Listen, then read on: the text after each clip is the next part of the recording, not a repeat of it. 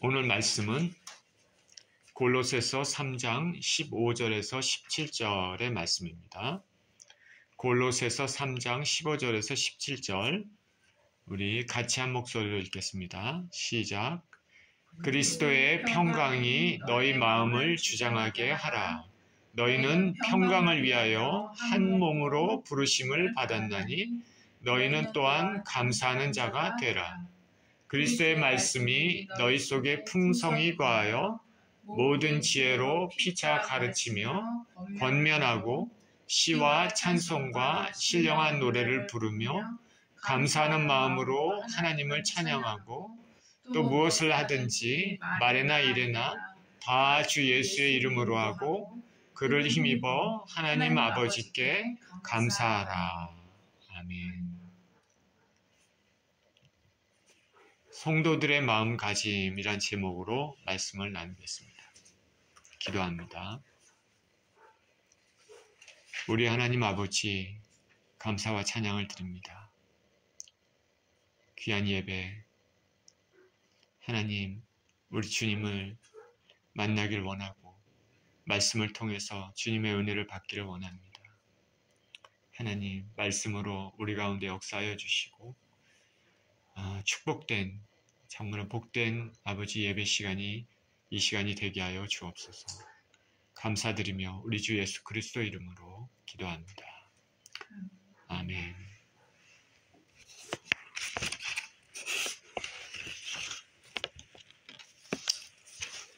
오늘 본문은 골로새서 3장입니다.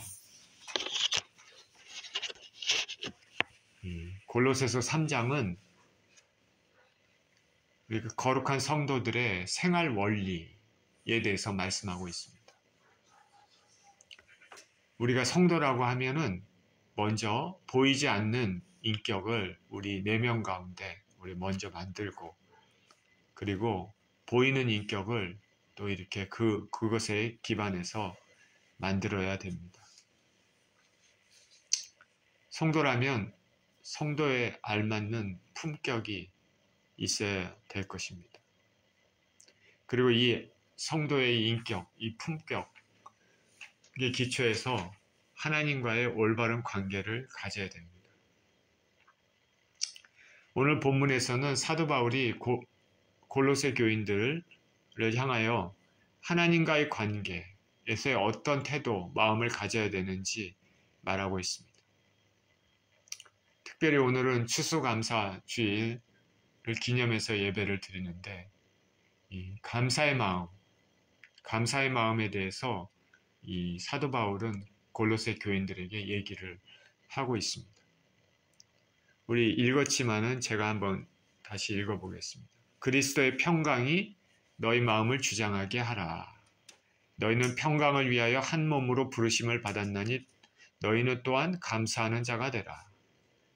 그리스도의 말씀이 너희 속에 풍성히 거하여 모든 지혜로 피차 가르치며 권면하고 시와 찬송과 신령한 노래를 부르며 감사하는 마음으로 하나님을 찬양하고 또 무엇을 하든지 말에나 일에나 다 주 예수 이름으로 하고 그를 힘입어 하나님 아버지께 감사하라. 15절, 16절, 17절에 보면은 끝부분에 다 감사하라, 감사하라. 감사하라 이렇게 말하고 있습니다. 우리 믿는 자들은 먼저 보니까 그리스도의 평강이 우리 마음을 주장하게 해야 된다 말하고 있습니다. 평강을 위해서 한 몸으로 부르심을 받았기 때문이다. 평강, 신앙의 단어입니다. 평강이 마음이 주장하게 하라. Let the peace of Christ rule in your heart. 그러니까 우리 심령 안에 예수 그리스도의 평안이 우리 심령을 주장한다, 통치한다. 그렇게 살아야 된다라는 것입니다.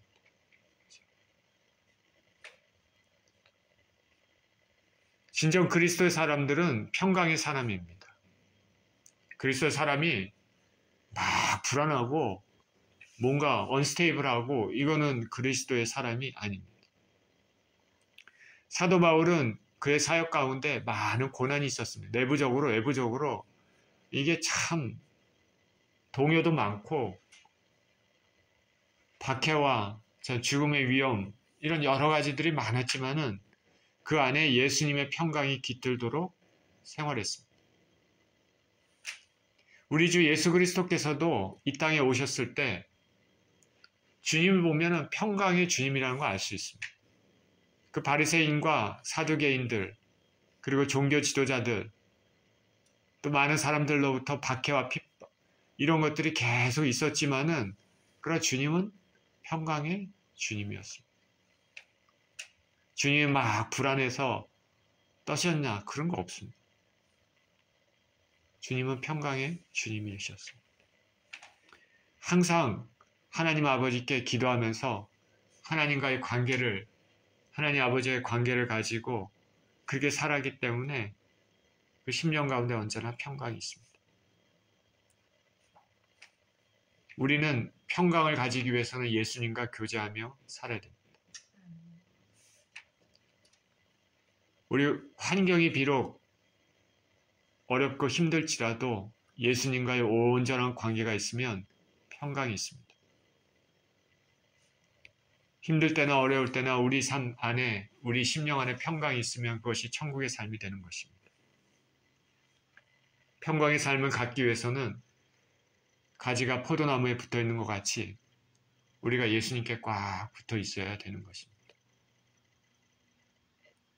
예수님이 주시는 은혜로 사는 것이 평강의 삶이죠. 말씀을 읽고 묵상하면서 기도로 감사로 우리 하나님께 예수님을 통해서 하나님께 나아가는 것이 평강의 삶이다. 빌립보서 4장 5절 6절에는 이렇게 얘기를 합니다. 아무것도 염려하지 말고 다만 모든 일에 기도와 간구로 너희 구할 것을 감사함으로 하나님께 아뢰라. 그리하면 모든 지각에 뛰어난 하나님의 평강이 그리스도 예수 안에서 너희 마음과 생각을 지키시리라. 여기 나오잖아요. 평강은 염려보다는 기도로, 감사로 나갈 때 온다라는 것이죠.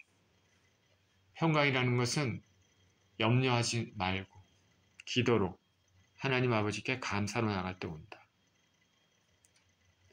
이런 평강이 오면 그것을 기반으로 주님께서 우리 가운데 역사하시는 것입니다. 평강의 마음은 믿음의 마음입니다. 외부 환경에 상관없이 굳건한 믿음을 내부에 가지고 있는 것이죠. 평강의 마음이 있으면 믿음이 생깁니다. 믿음의 사람은 심지가 견고한 사람입니다. 우리가 어떤 환경에 처했을 때 안절부절하지 못하면은 심지가 견고한 사람이 아니죠.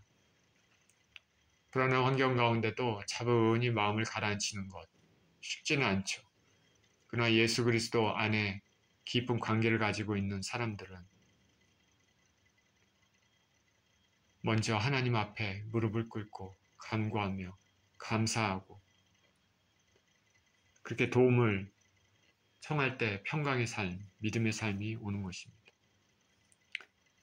유다가 아수르의 침략에 풍전등화일 때, 유다가 바벨론의 침략에 공고할 때도 하나님은 언제나 백성들에게 말씀하셨습니다. 나를 의지하라. 불안해서 안절부절하기보다는 하나님을 의지하라 말씀하셨습니다. 우리가 잘 될 때나 우리 보기에 겉보기에는 잘 되지 않는 것 같은 느낌이 들 때는 항상 침착하게 감사함으로 믿음으로 나가야 됩니다. 주위 환경은 우리 감정에 영향을 미칩니다. 불안하게 만들 수 있습니다. 그러나 믿음의 사람들은 감정에 휘둘리는 것보다는 믿음으로 나가야 됩니다. 이사야서 26장 3절에 이렇게 말합니다. 주께서 심지가 견고한 자를 평강하고 평강하도록 지키시리니 이는 그가 주를 신뢰함이니라.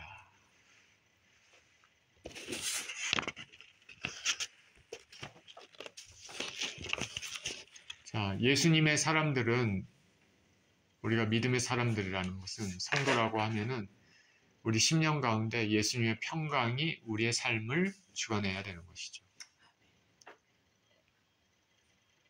예수님은 갈릴리 호수에 제자들과 함께 배를 타고 가셨습니다. 다른 쪽으로 맞은편으로 건너가기 위해서였어요. 그런데 갈릴리 호수 중간을 지날 때 풍랑을 만났습니다. 예수님은 배에서 주무시고 계셨습니다. 제자들은 풍랑이 너무 심해서 이렇게 저렇게 하다가 거의 배가 침몰할 위험이 있어 죽게 되었다고 난리 납니다. 그래서 예수님을 급히 깨웠습니다. 예수님은 그냥 평안히 주무시다가 제자들이 깨우는 바람에 예수님을 깨셨습니다. 그러면서 바람과 바다를 꾸짖으시니 잔잔해졌습니다. 그러면서 제자들에게 하신 말씀이 무엇입니까? 어찌하여 믿음이 없느냐? 어찌하여 믿음이 없느냐?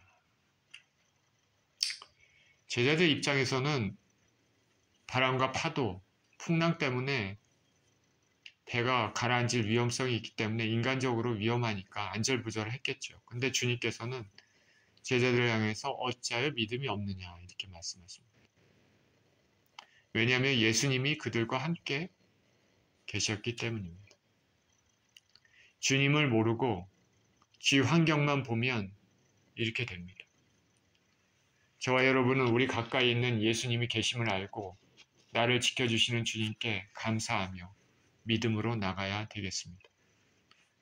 하루아침에 이루어지지는 않죠. 평강의 마음이 우리 삶을 항상 주장하기 위해서는 항상 주님과 교제하며 살아야 됩니다. 부디 저와 여러분, 내 삶에 예수님의 평강이 항상 우리 마음을 주장하시기를 축원드립니다. 그리고 사도 바울은 또 교인들을 향해서 말을 합니다. 하나님 말씀이 심령 가운데 풍부히 거하도록 힘써라. 하나님 말씀이 심령 가운데 풍부히 거하도록 힘써라. 기계는 전기로 움직이죠. 성도들은 말씀에 따라 움직여야 됩니다. 성도들은 말씀이 삶의 동력이 되어야 됩니다. 우리는 하나님 볼 수는 없지만 하나님은 말씀으로 천지를 창조하셨습니다. 그리고 말씀으로 온 우주를 붙잡고 계십니다. 우리가 말씀을 대하는 것은 하나님을 대하는 것과 마찬가지입니다. 우리가 하나님을 만난 적은 없지만 말씀을 통해서 하나님을 만나는 것이죠. 누구에게 편지를 쓸 때, 멀리 있는 사람에게 편지를 쓸 때 우리가 그 사람을 직접 대면하진 않아도 편지를 통해서 그 글을 통해서 그 사람을 만나는 거나 마찬가지입니다. 말씀을 통해서 하나님을 만나고 또 하나님의 말씀은 영적 전쟁에서 마귀를 이길 수 있는 무기입니다. 마귀와의 전쟁에서 우리가 가지고 있는 믿음은 우리의 방패가 되고 말씀은 우리가 마귀를 공격할 수 있는 검이 되는 것입니다. 에베소서 6장 12절에서 17절 가운데 이렇게 얘기합니다. 우리의 씨름은 혈과 육을 상대하는 것이 아니요 통치자들과 권세들과 이 어둠의 세상 주관자들과 하늘에 있는 악의 영들을 상대함이라. 그러므로 하나님의 전신갑주를 취하라. 이렇게 말하면서 맨 마지막에 구원의 투구와 성령의 검, 곧 하나님의 말씀을 가져라 라고 얘기합니다. 말씀은 검이죠. 예수님도 마귀의 시험에 대해서 말씀으로 물리치셨습니다. 마귀가 돌을 떡덩이로 만들어 먹으라는 마귀의 시험에 사람이 떡으로만 살 것이 아니요 하나님의 입으로 나오는 모든 말씀으로 살 것이냐 하고 물리치셨습니다. 성전에서 뛰어내리라 시험에는 주 너의 하나님을 시험치 말라. 천하만국을 보여주면서 경배하라 했을 때는 주 너희 하나님께 경배하고 다만 그를 섬기라 하였느니라. 하나님의 말씀을 가지고 마귀를 물리치셨습니다. 마귀는 그 말씀에 더 이상 예수님을 공격하지 못하고 떠나갔습니다. 평소에 말씀을 많이 읽고 묵상하는 습관 좋습니다. 말씀을 외우면 더욱 좋죠. 말씀을 암기하고 외우면 신앙생활에 매우 유익합니다. 제가 신학교에 다닐 때 우리 어떤 교수님은 말씀 카드를 가지고 다니는 걸 봤습니다. 말씀 카드를 주머니에 놓고 다니면서 매일 그 말씀 카드를 꺼냅니다. 그 안에서 꺼내서 그 말씀, 그 적혀져 있는 그 말씀을 그날 하루에 묵상하며 생각하는 것이죠. 그렇게 하는 습관을 가진 걸 본 적이 있습니다. 우리가 말씀을 많이 알고 있어야지 하나님의 음성을 놓치는 낭패를 피할 수 있습니다. 하나님은 어떤 환경이나 상황에 대해서 말씀을 통해서 생각나게 해주시는 방법으로 우리와 소통하는 경우가 종종 있기 때문에 그렇습니다. 그러니까 평소에도 말씀을 읽고 묵상하며 가까이 해야 되는 것입니다. 오늘 본문에서도 성도들끼리는 이 말씀이 각자에게 풍성히 거하도록 피차 가르칠 수 있다고 말했습니다. 말씀을 통해 서로 독을 세우며 올바른 길을 다시금 일깨우는 것입니다. 자, 말씀드렸죠. 첫째는 예수님의 평강이 우리 심령 가운데 거하도록. 두 번째는 말씀이 우리에게 풍부히 거하도록. 세 번째, 교인들에게 권면한 것이 뭐냐면 감사함으로 찬송해야 된다. 시와 찬송과 신령한 노래를 부르며 감사하는 마음으로 하나님을 찬양하고 감사함으로 찬송해야 된다. 찬송은 음율이 있는 기도라고 말했습니다. 저는 찬송을 매우 좋아합니다.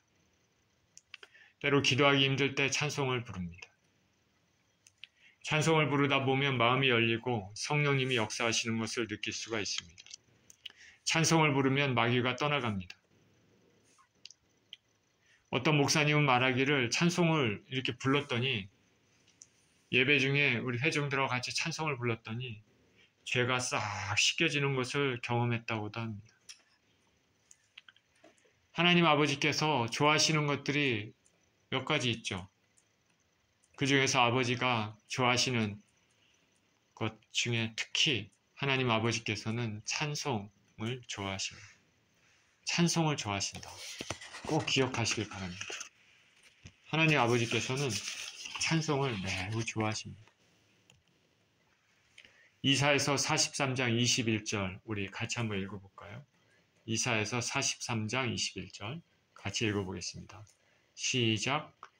이 백성은 내가 나를 위하여 지었나니 나를 찬송하게 하려 함이니라.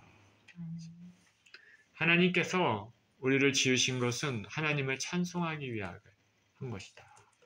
이 땅에서도 우리가 하나님을 찬송하면 하나님의 영화로운 것을 느끼시는데 우리가 저 영원한 천국에 들어가서 있을 때도 찬송을 드리는 것입니다. 찬송을. 우리는 찬송을 영원토록 해야 되는 것이죠. 하나님은 찬송을 너무나 좋아하십니다. 하나님은 찬송을 좋아하시기 때문에 마귀는 당연히 싫어하죠. 그러니 여러분 찬송을 많이 부르시기 바랍니다. 특히 속죄의 찬송은 영적 전도에서 매우 중요합니다. 보혈의 찬송,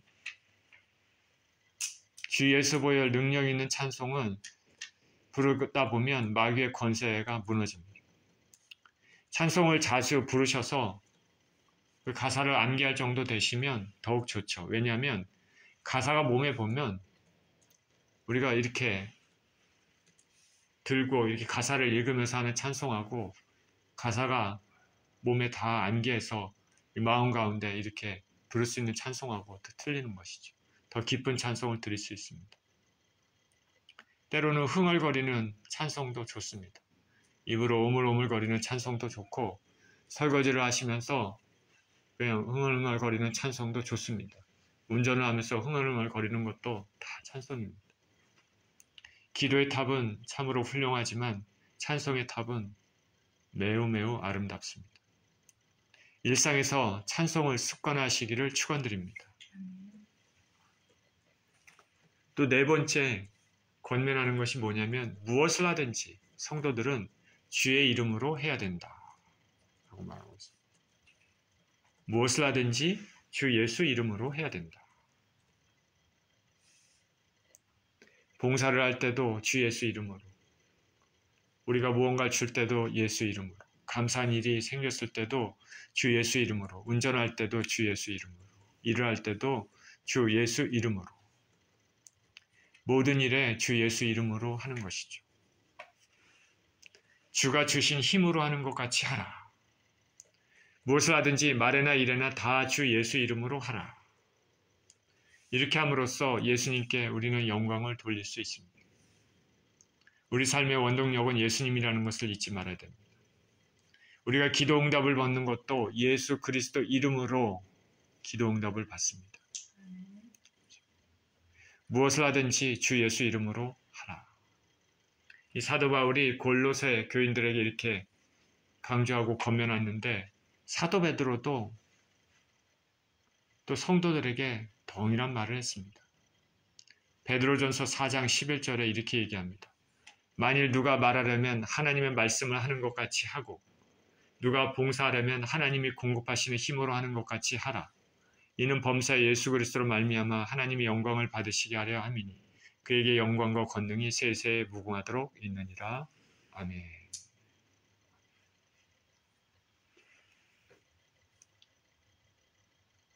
바울은 주 예수 이름으로, 베드로는 하나님이 공급하시는 힘으로 범사의 예수 그리스도로 말미암아 하나님이 영광을 받으시게 한다. 우리가 예수님을 찬양하면 하나님을 찬양하는 것입니다. 하나님을 찬양하면 예수님을 찬양하는 것입니다. 하나님 아버지와 예수님은 하나이기 때문에 그렇습니다. 또한 성경은 범사의 그를 인정하라. 그리하면 그가 너를 지도하시리라 말씀했습니다. 하나님을 인정하게 되면 하나님이 책임져 주시며 인도하신다는 것입니다. 하나님이 하시는 것이죠. 이렇게 모든 일에 주 예수 이름으로 하면 유익이 아주 많습니다. 첫 번째는 하나님께 영광을 돌리고 무엇보다도 주 예수 이름으로 했다고 말함으로써 교만이 우리 가운데 사라질 수 있는 것입니다.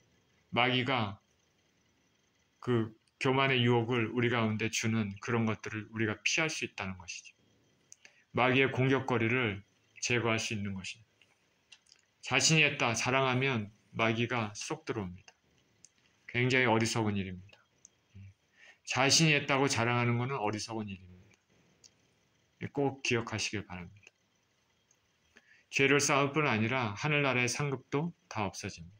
우리가 남에게 구제 좋은 것을 했을 때 내가 했다, 혹은 상을 받았다. 그러면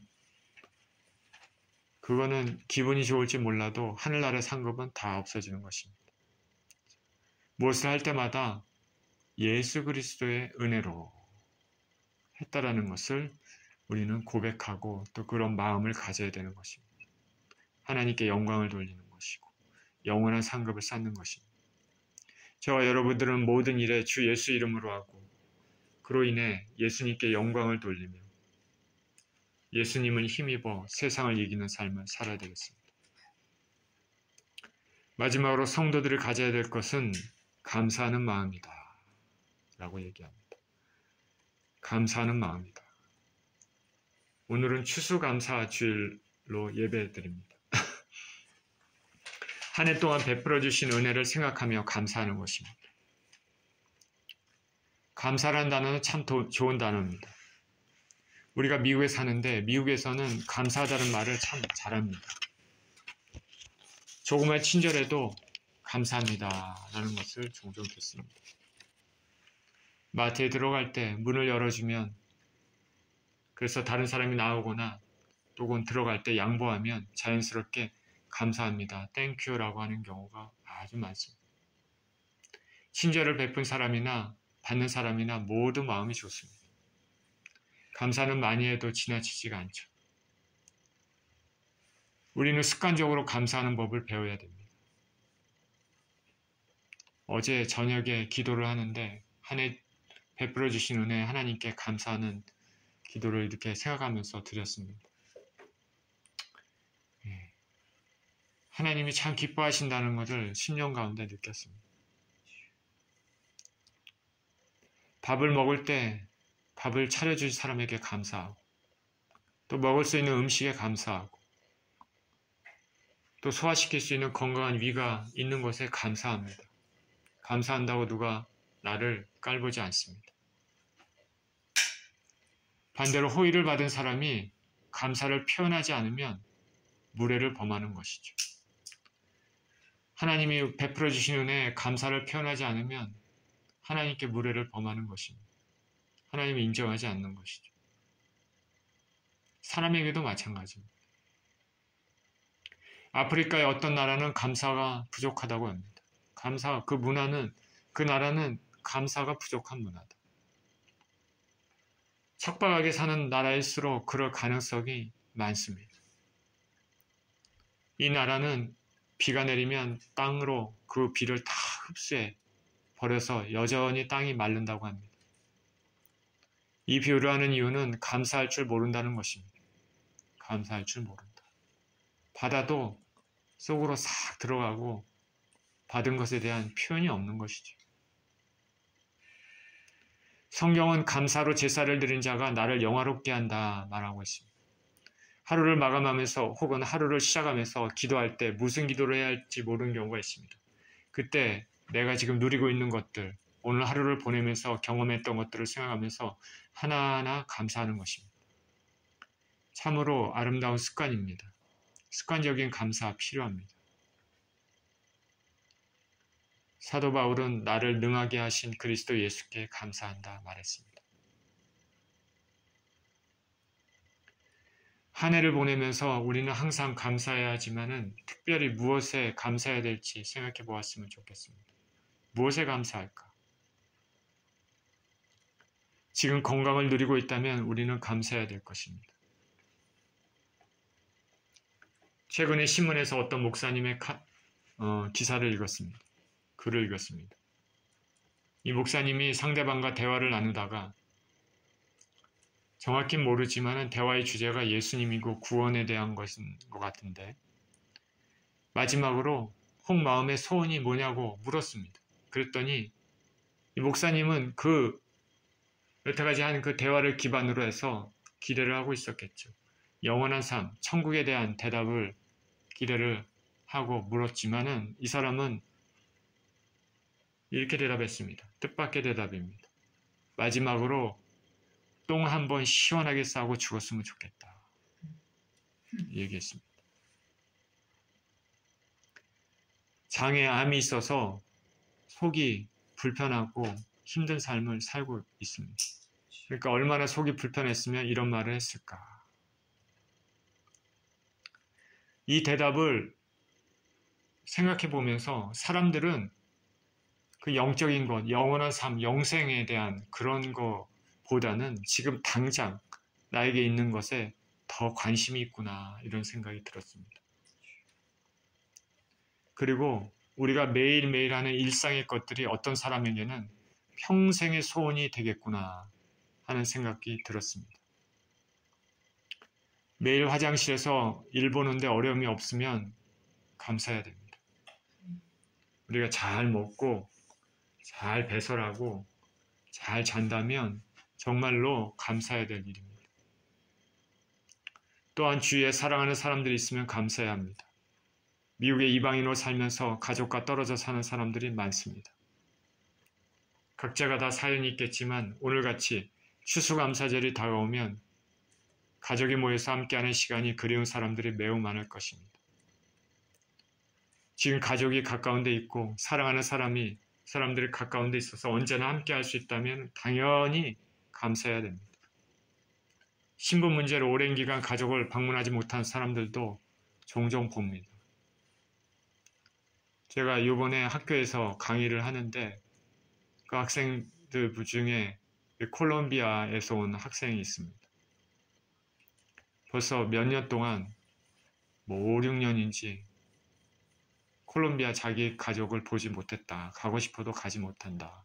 일단 나가면은 다시 들어올 수 없기 때문에 그렇다라고 얘기를 했습니다. 이런 사람들이 있습니다. 제가 신학교 다니면서도 여기 와서 공부하고 또 뭐 하면서 또 여러 가지 신분 문제로 또 고국에 예를 들어서 사랑하는 가족이 돌아가셨는데 장례를 치러야 되는데 한국에 가게 되면 들어오지 못하는 경우가 있기 때문에 그것 때문에 힘들어하는 사람들도 있습니다. 그러니까 여기서 가족들이 있고 사랑하는 사람들이 다 있고 그래 있다면은 그거는 감사할 일이죠. 또한 일할 수 있는 직장이 있어서 수입이 있으면 당연히 감사해야 되죠. 한 해 동안 큰 교통사고 없이 지내온 것에 또 감사하고, 누울 자리가 있으면, 집이 있으면 감사하고, 먹을 음식이 있으면 감사해야 합니다. 그리고 무엇보다 감사할 것은 하나님이 계시다는 것에 감사해야 됩니다. 나를 사랑하시고, 나를 지키시고, 나에게 관심을 가지고, 내 이름을 아시고, 나에게 영원한 천국의 소망을 주시는 것에 감사해야 될 것입니다. 이 부족한 인생이 어떻게 예수님을 알게 되고 믿음을 갖게 됐는지 감사해야 됩니다. 어떤 사람에게는 이 믿음은 갖기 힘든 일입니다. 믿음은 선물입니다. 그러니까 천국도 선물입니다. 하나님이 자신의 섭리 가운데 자신이 원하는 사람들에게 믿음을 주셔서 죄 사함의 기회를 주시고 천국에 들어갈 수 있도록 해주시는 것입니다. 아무나 이런 은혜를 받을 수 없습니다. 지금 저 밖에 수많은 사람들이 예수 그리스도의 이름을 듣고 있지만 관심이 없습니다. 그러나 저와 여러분이 예수님 이름만 들어도 마음이 움직이며 감사하는 생각이 든다면 이것이 은혜임을 알아야 됩니다. 주님이 주시는 선물은 아무나 받을 수 있는 것이 아닙니다. 이 땅을 살면서도 우리를 지키시며 이 땅을 떠날 때도 우리를 영원한 복락에 당신 하나로 영접해 주시는 그 사랑의 하나님이 계신 것에 마땅히 감사해야 될 것입니다.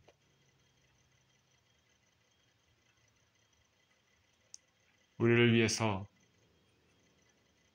엄청난 고통과 피를 흘리시고 고난을 당하시고 죽으신 우리 주 예수 그리스도의 은혜, 또 그 예수님을 보내신 아버지 하나님의 감사를 드려야 되는 것입니다. 또 그것을 믿게 해주신 성령님께 감사를 드려야 되는 것이죠. 오늘 본문에서 바울의 골로새 교인들을 향한 편지를 통해 우리 믿는 자들이 어떤 자세를 가져야 될지 생각해 보았습니다.